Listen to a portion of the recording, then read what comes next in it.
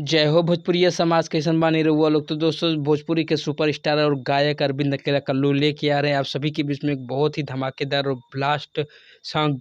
बहुत ही प्यारा गाना आप सभी के बीच में कल सुबह रिलीज होके जा रहा बा। तो जितना भी भोजपुरी के जाने वाला बोले वाला इस गानों को प्यार और आशीर्वाद दे। गाने के बोल हैं रील वाली दिल ले गई। तो दोस्तों, बहुत ही प्यारा गाना आप सभी के बीच में रिलीज होके जा रहा बा। गाने को गाया है अरविंद अकेला और कल्लू ने।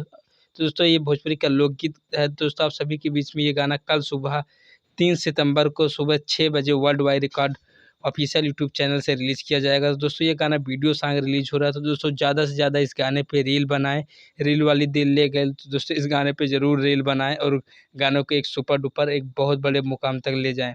दोस्तों, इसमें फीट एक्ट्रेस जो कि हीरोइन के रूप में काम करे उनका नाम है नीलम गिरी। तो कल सुबह देखना ना भूलें वर्ल्ड वाइड रिकॉर्ड पे सुबह 6 बजे रील वाली दिल ले गई।